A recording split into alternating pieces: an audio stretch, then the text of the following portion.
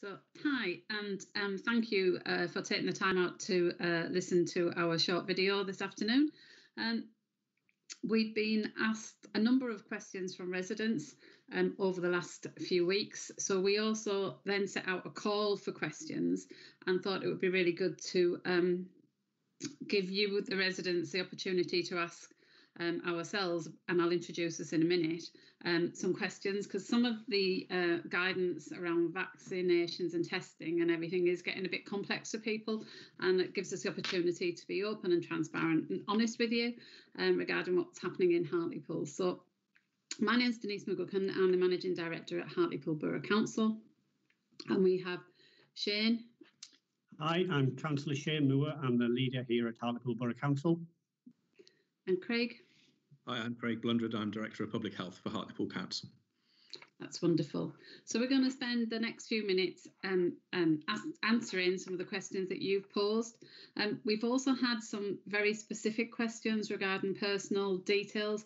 So rather than discuss them in an open forum, we will be responding direct to you via your email account. So if you haven't had your question asked today, it's not that you've been ignored. And as I say, we have had a number around testing and vaccines, so we're sort of grouping them together rather than answering the same question. And hopefully you will find this useful. And if that's the case, we'll look to do something more regularly. So we've got a number of questions, and I'll be asking Craig and Shane to answer them, and I'll contribute as and when I can. So the first question is from a resident in Hartlepool, Peter. And he's asking about the lots of allegations that are being made in the media and on social media around the main source of COVID transmission, commenting on it being passed on in schools and shops, pubs when they're open, and also by people mixing in their households. Craig, do you have any data that you could share to indicate where you're most likely to catch COVID in Hartlepool? Well, thanks for your question, Peter, and that's a really interesting question, and it's one we spend an awful lot of time trying to understand ourselves as well. We've got a really good team within our environmental health and trading standards team who follow up cases of COVID to try and work out exactly that question as to where we are seeing the cases being transmitted. I think one of the things we do find is that there's a lot of household transmission. So if you live in the same house as someone who's had a positive COVID test, there's a high chance that you also will catch COVID as well. So it's important to, if you are living with someone who has COVID, to try and keep your distance and follow guidance about maintaining that distance. What we also know is that we've been following up quite a few cases and identifying clusters in a variety of different areas. So we know that it's been transmitted in workplaces, it's also been transmitted in pubs and restaurants and bars, but there's no real one place that we can really pinpoint the transmission. So it happens in a variety of places, and when we do sort of work hard to try and understand that and then put in place measures to stop that. But I think the one thing to reiterate is the most important thing is wherever you are is to maintain the social distancing, the hands, face space, wear a face mask wherever possible, and keep good hand hygiene. And that's going to really help to stop the spread in whatever location you're in at all. Thank you for that, Craig. And hopefully, Peter, that gives you the answer that you're asking. There's not one place, it's around us. Next question is from a lady called Michelle. And she would like to know when we'll be introducing lateral flow community testing in Hartlepool. She comments on how well it worked in Liverpool and helped bring their cases down, and feels it would be beneficial for Hartlepool too. So, Shane, I know that's something we've been looking at, and I wonder if I could ask you to respond to that, please. Yeah, of course. And thank you for the question, Michelle. You'll be pleased to know that we have been allocated some of the lateral flow tests already, and we've been using these for a while now in a number of our care settings, and they're being used very well. When it comes to the mass community testing, we're hoping to have this up and running in the next 7 to 10 days, operating from the Millhouse Leisure Centre site. Now, these tests will be there for asymptomatic people or people who might need regular testing. We would encourage people, once it is up and running, to use this service and really do get down there and make sure people are tested. Thank you. And by asymptomatic, Shane, you mean obviously you don't demonstrate the standard symptoms, just so some people might not understand it. Thank you. Next question, I think is better for you, Craig, actually. And this one's from Gary, and he's asking about, if you do get the vaccine, do you still need to follow the lockdown restrictions?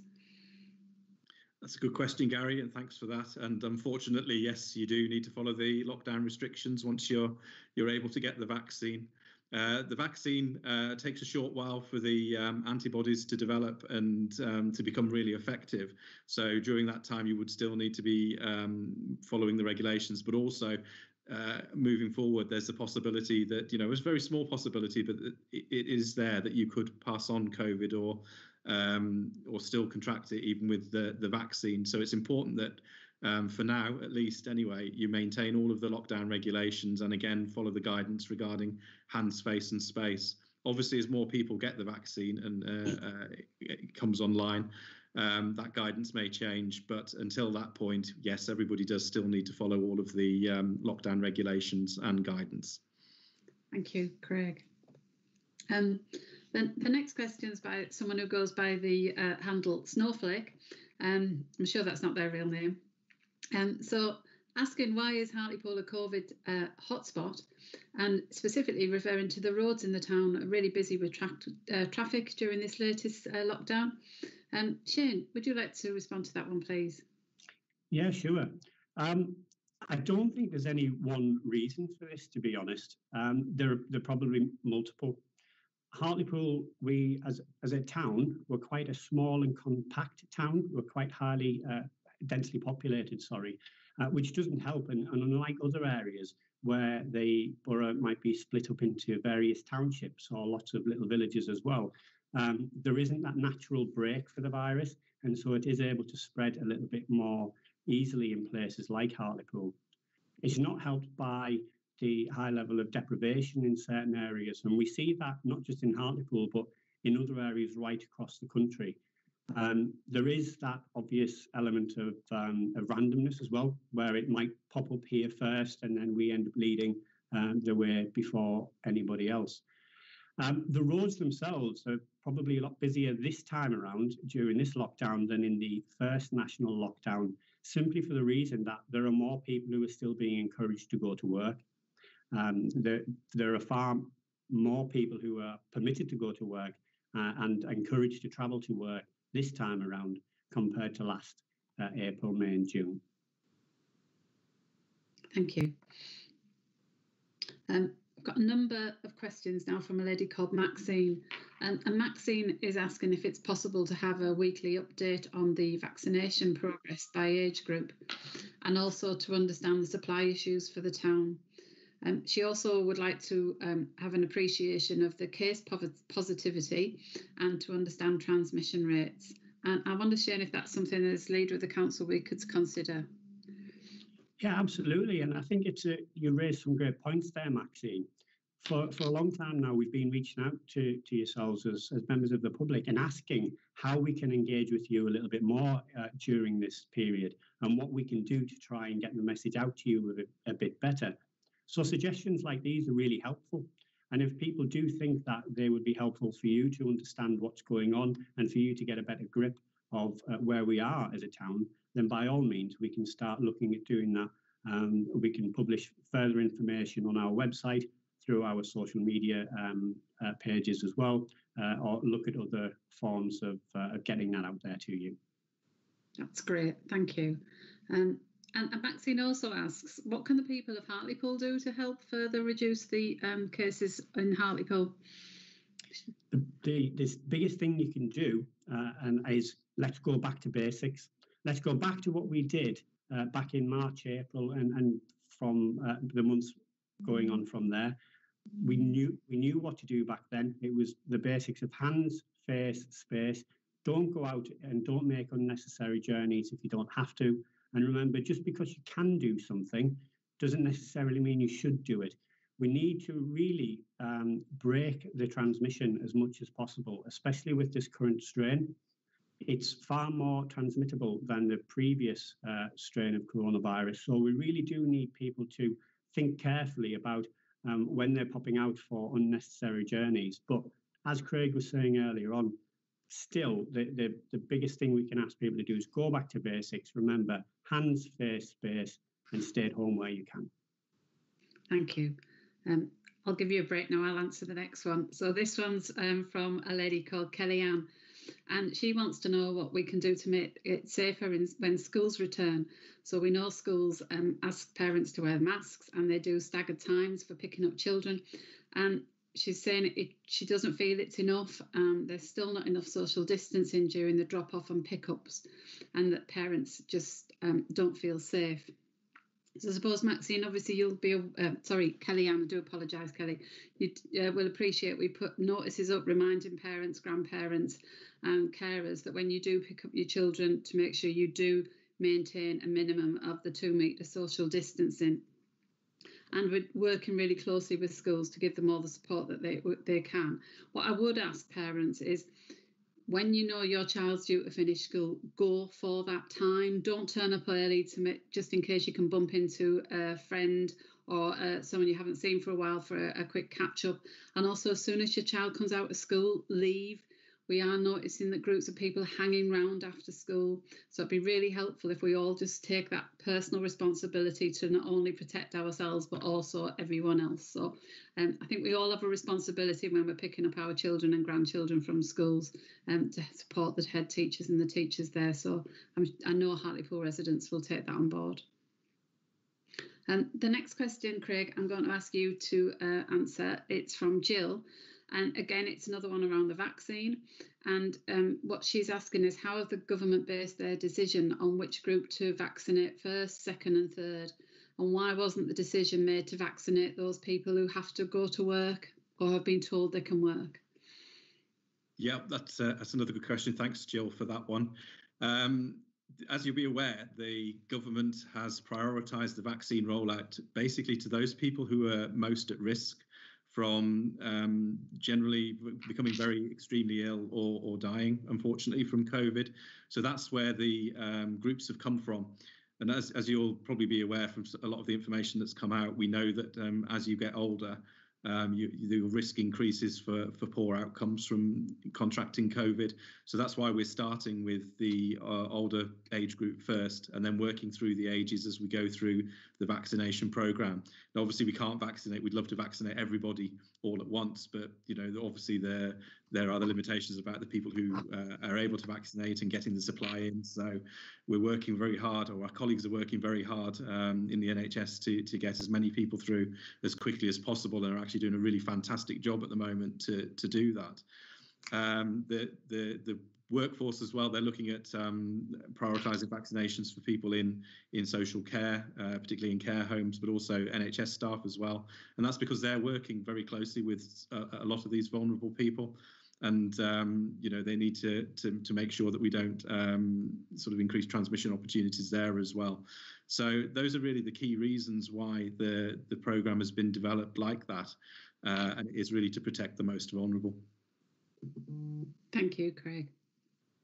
The next question is in relation to social care. Craig, I'll ask you to answer it. It's like, how does a company that delivers social care to vulnerable individuals and does not have is not CQC registered, and you might want to explain that to people because it might be a language they're not used to, how do they actually get access to a COVID check for their staff? And then when will vaccinations also be made available to those companies? I think that's another good question, and I think we're working on that and looking at how we can work with other organisations on the social care side to look at the lateral flow testing. And obviously, as Councillor Moore's highlighted, we will be having the mass community testing as well, which will give people the opportunity to go and get tested in the week to 10 days time. And I think, again, the vaccinations, they'll roll those out within the time frame that the government set to cover the social care workers as well. So unfortunately, I don't have the exact timescales for those myself, but everyone will be notified when that's due to happen. Thank you. As I said, a lot of these questions are quite complex and are coming through. So we are being open and honest with everybody. So as soon as we find out the detail of that, we'll be able to give that response to Helen direct. The final question is, I suppose it is related to COVID. It's about the brown bin garden waste collection service, and when it comes back in the spring, summer, will it go back to every 2 weeks as it was previously and not every 4 weeks? Again, it's difficult to say because we are prioritising refuse and recycling.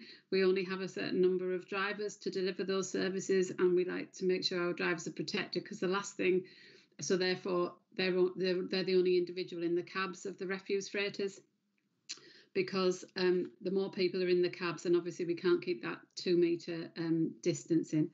And we have vehicles travelling behind for the refuse guys who pick up the bins and throw them in the back of the hobs. So if that is the case, then we might have to continue with the 4-week collection. We would really not want to do that, because we know people who are affected by it. But hopefully everyone understands that the council wants to prioritise refuse collection for everybody over the garden waste service. And it's not to say one's more important than the other, they're all important, but we do need to make sure that we look after the refuse collection and recycling service for every resident in Hartlepool. So that's just been a short selection of some of the questions we've got. And Shane, I think I'd like to hand over to you to close and sign off for today. Thank you. Yeah, thanks, Denise. And thank you all for taking the time to watch this video today. And thank you especially to those who have submitted questions. Apologies if we haven't been able to answer every single question that was sent in this time around, but we will do our best to contact individuals with a response if you had submitted something. If you do feel that this has been useful, we will look at doing them again and to try and get some of your most frequently asked questions answered for you. But ultimately, we're pleased that the vaccine programme is going well currently in Hartlepool, and it does provide a little bit of hope for us. But we must remember that we aren't out of danger yet. So please, until next time, stay at home, protect the NHS and save lives. Thank you.